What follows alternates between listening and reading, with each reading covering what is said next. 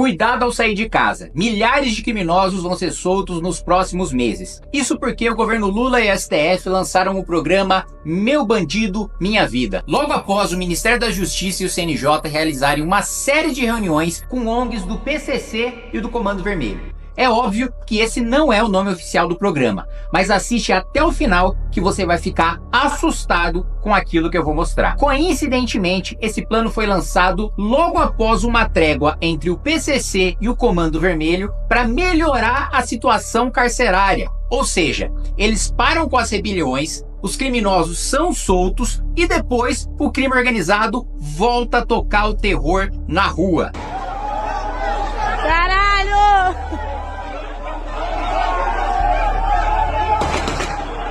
O plano chama-se Pena Justa, lançado agora pelo governo Lula em parceria com o Conselho Nacional de Justiça, que é o órgão administrativo do Poder Judiciário. Ele surge como uma resposta ao reconhecimento do STF da existência de um estado de coisas inconstitucional nas prisões brasileiras por violações de direitos humanos previstos na Constituição. Agora eu pergunto para vocês, cadê a declaração do estado de coisas inconstitucional da educação brasileira, que faz com que 92% da população não saiba interpretar um texto? Ou ainda, do SUS, com as filas intermináveis nos hospitais e os diversos escândalos de corrupção, ou o número recorde de mortes por dengue, ou do meio ambiente, com um aumento de 100% no número de incêndios, ou ainda, o estado inconstitucional de coisas do judiciário brasileiro, que além de receber super salários de até R$500 mil, ainda atropela o executivo e o legislativo. Mas parece, só parece, que o STF não quer resolver o problema do povo, só o problema dos bandidos. Desde o início, o plano Pena Justa parte do pressuposto errado de que o problema da criminalidade no Brasil não está no crime em si, mas na realidade de um suposto hiperencarceramento. Já partiu do superencarceramento para hiperencarceramento de minorias vulneráveis. O plano sugere que os detentos não são presos por aquilo que eles fazem, mas por quem são, ou seja, por ser negro, pobre ou parte de minoria. Aí tá a ironia, né? Quando rico e branco foi preso, aí o próprio Supremo Tribunal Federal mandou soltar. Essa afirmação infundada ignora completamente o funcionamento do sistema de justiça criminal e distorce a realidade dos crimes que são cometidos no nosso país. Além disso, o Brasil não possui um sistema que encarcera excessivamente. Pelo contrário, menos de 10% dos crimes são solucionados. Ou seja, a regra do país é a impunidade, não é a prisão. 90% dos crimes não são solucionados. E o plano ainda esconde um dado fundamental. Dos 851 mil presos mencionados para mostrar o como tem de preso no Brasil, mais de 220 mil cumpre pena em prisão domiciliar, em casa, sem contar quem está no semiaberto e no aberto. Como sempre, a solução da esquerda para o problema da criminalidade é soltar bandido. Eu vou dar aqui só alguns exemplos para vocês entenderem do que eu estou falando. Remissão de pena sem trabalho ou estudo.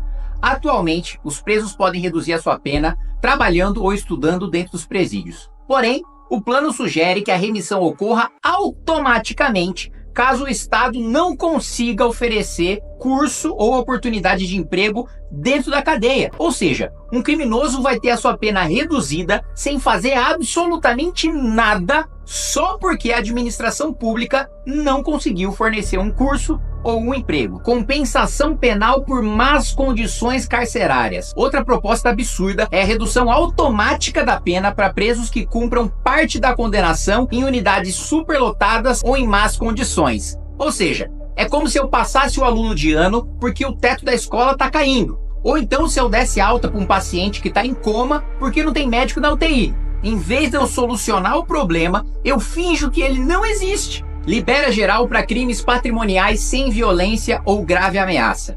O plano sugere que pessoas não reincidentes que cometam crimes patrimoniais sem violência ou grave ameaça não sejam presas. Isso inclui não prender quem comete crimes como furto simples, receptação de bens furtados ou dano ao patrimônio público ou privado, ou seja, está legalizado você furtar ou sair destruindo a propriedade alheia. O plano também propõe revisar os casos de confinamento solitário prolongado, incluindo aqueles aplicados a líder de facção criminosa, porque considera que na prática, além de não resolver o problema, pode configurar maus tratos. Entendeu agora? Porque justo agora, nesse momento, PCC e Comando Vermelho decidiram dar uma trégua. E também por que a gente recebeu tanta ameaça por causa do PL anti-Oruan? Governadores de diversas unidades da federação manifestaram forte resistência a esse plano, especialmente os estados do Sul e do Sudeste. Os principais pontos de reclamação incluem interferência do governo federal na autonomia estadual, ou seja, impor diretrizes centralizadas daqui de Brasília que vão dificultar a gestão da segurança pública nos estados, que possuem realidades completamente diferentes.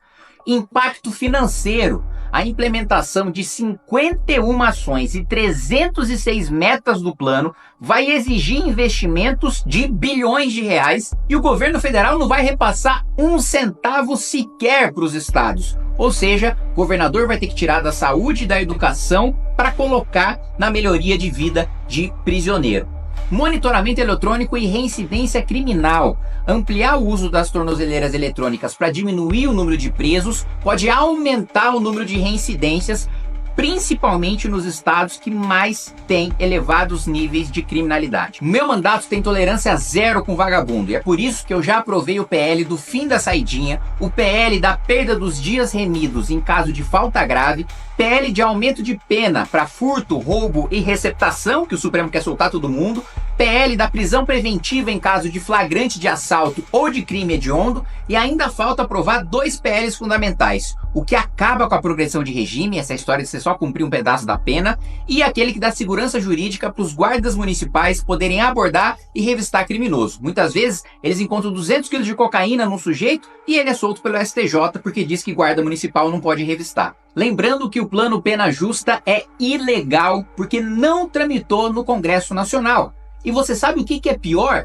Não tem um decreto, não tem uma resolução, não tem nenhum instrumento jurídico, né? É um plano completamente, né, etéreo, de 400 páginas, que vai ser implementado sem nem disfarçar a sua ilegalidade. E é por isso que eu vou convocar o ministro Lewandowski aqui na Câmara dos Deputados, para que ele seja obrigado a dar explicações para a sociedade brasileira sobre esse absurdo. Se você também apoia a derrubada imediata dessa medida, que só prejudica o povo e ajuda o crime organizado, eu peço para você compartilhar esse vídeo.